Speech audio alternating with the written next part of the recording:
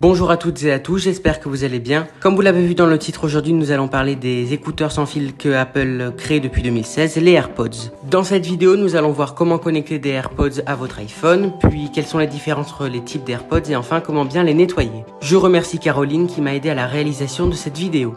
Caroline a une chaîne YouTube nommée Maegana, si cela vous intéresse, je vous mets le lien dans la description. Pour connecter des AirPods à votre iPhone, il faut ouvrir le boîtier des AirPods, puis activer le Bluetooth de l'iPhone. Une fois ceci fait, appuyez sur le bouton d'appairage situé à l'arrière du boîtier des AirPods et attendre quelques secondes. Après quelques secondes, un petit pop-up va s'afficher sur votre iPhone vous invitant à configurer vos AirPods. Ensuite, vous n'avez plus qu'à configurer vos AirPods en suivant les étapes de configuration. Il y a plus d'un an, j'ai configuré mes AirPods et à ce moment-là, il y avait un problème avec VoiceOver. Dites-moi si cela a été réglé si vous en configurez des nouveaux. Si vous êtes en situation de handicap, la seule petite étape compliquée de la configuration est justement la configuration de l'audio spatial personnalisé. En effet, l'iPhone aura besoin de prendre vos oreilles en photo pour fournir le meilleur son possible. Malheureusement, cela utilise les capteurs Face ID et ce n'est pas toujours aisé de pointer la caméra, surtout sur le côté de sa tête. Après avoir trahi l'une des fonctions des AirPods, nous allons désormais les comparer. Les AirPods de première génération ne sont plus vendus par Apple, ils proposaient 5 heures d'autonomie et 24 avec le boîtier, le son était plutôt linéaire. Les AirPods de deuxième génération, quant à eux, sont toujours vendus par Apple au prix de 149 €.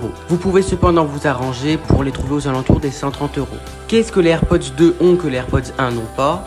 C'est ce que nous allons voir maintenant. Tout d'abord, les AirPods 2 sont compatibles d'e-Siri alors que les AirPods 1 ne le sont pas. Pardon si j'ai déclenché le vôtre. L'autonomie annoncée est exactement la même que sur les AirPods de première génération. Cependant, le temps de communication double avec les AirPods 2 selon Apple en tout cas. Apple met en avant une connexion plus rapide avec vos autres appareils Apple. Cela est vrai et perceptible, mais dans la vie de tous les jours, cela ne changera pas grand chose. Le son des AirPods 2 a été retravaillé. Le son est désormais moins linéaire et avec un petit peu plus de basse. La dernière nouveauté vient du boîtier. Avec les AirPods 1, on ne pouvait choisir qu'un boîtier qui n'acceptait que les chargeurs Lightning. Désormais, les AirPods 2 ont la possibilité d'accepter également les chargeurs à induction. Attention, ces boîtiers ne sont pas compatibles MagSafe, juste compatibles Qi.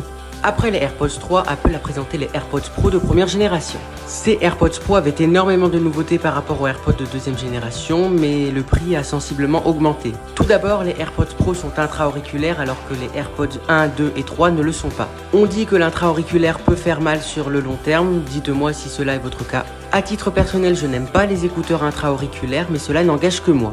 Les AirPods Pro, non contents de récupérer toutes les options des AirPods 2, ont également des fonctions inédites. La première fonction inédite est la réduction de bruit active. Il existe en effet deux types de réduction de bruit.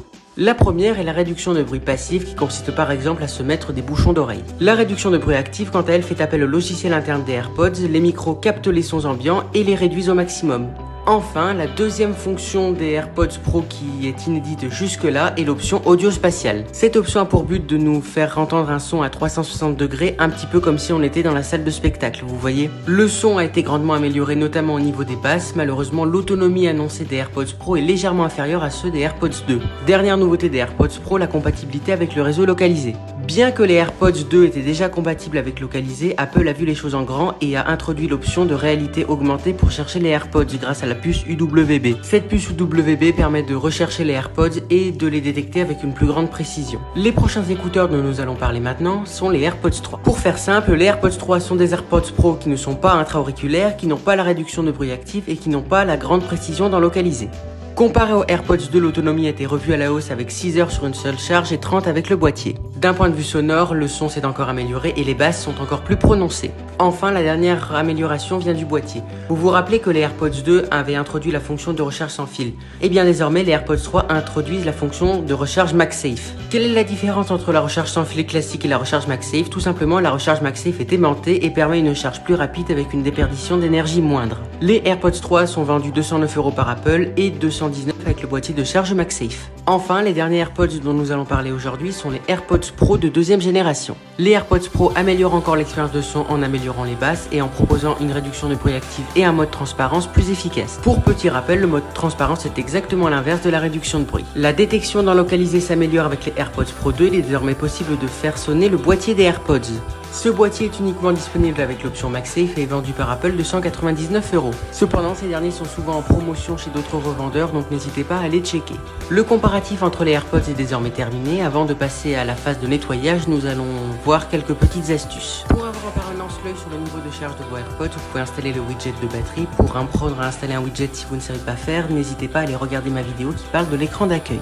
Pour régler certains paramètres de vos AirPods, connectez vos AirPods à votre iPhone, puis rendez-vous dans vos réglages. Une nouvelle section va apparaître qui s'appelle AirPods plus le nom du propriétaire. Une fois cette section localisée, rentrez dedans et vous trouverez une foule d'options permettant de personnaliser le style d'écoute et d'autres options de vos AirPods. Si vous êtes en déplacement avec vos AirPods sans réduction de bruit active et que vous n'entendez rien, rendez-vous dans vos réglages puis soins vibration et rentrez dans la section sécurité des écouteurs. En effet, pour éviter d'abîmer notre audition, les AirPods brident le son à 100 décibels maximum. Pour changer la valeur du bridage, vous n'avez qu'à utiliser la barre de défilement. Maintenant que nous savons tout ce qu'il y a à savoir sur les AirPods, nous allons désormais passer à la phase de nettoyage. Les AirPods sont des appareils que l'on utilise souvent et ces derniers s'encrassent vite. Attention, je ne dis pas que vous ne vous lavez jamais les oreilles, je dis juste que les AirPods et le boîtier ont une forme qui retient beaucoup la poussière et la saleté. Pour nettoyer les AirPods, il faut utiliser un chiffon sec et non pelucheux. Si vous avez vraiment besoin d'utiliser un liquide pour par exemple enlever une tache qui ne part pas avec un chiffon sec, veillez à n'introduire aucune goutte de liquide dans les orifices. Ce terme englobant aussi bien le port de charge des AirPods que l'endroit où ces derniers se rangent dans le boîtier ainsi que la fente située au sommet des AirPods. Pour nettoyer des AirPods Pro, cela est un petit peu plus compliqué et surtout beaucoup plus long. La première étape consiste à déconnecter les embouts des AirPods. Ensuite, nettoyer les embouts des AirPods avec un chiffon légèrement humide et laisser sécher 2 jours pour être sûr qu'aucune goutte d'eau ou de liquide ne vienne entrer dans les AirPods. Nettoyer avec un chiffon sec le boîtier ainsi que les AirPods Pro sans les embouts. Je n'ai volontairement pas parlé des AirPods Max car le AirPod Max est un casque. Je ne parle pas de la méthode permettant d'espionner quelqu'un avec les AirPods car je suis là pour vous apprendre à vous en servir correctement. Cette vidéo est à présent terminée. Si elle vous a plu, n'hésitez pas à la liker, à la commenter, à la partager et à vous abonner. Si vous avez des suggestions, des questions, des remarques, les commentaires sont là pour ça. Moi je vous dis à bientôt. Ciao!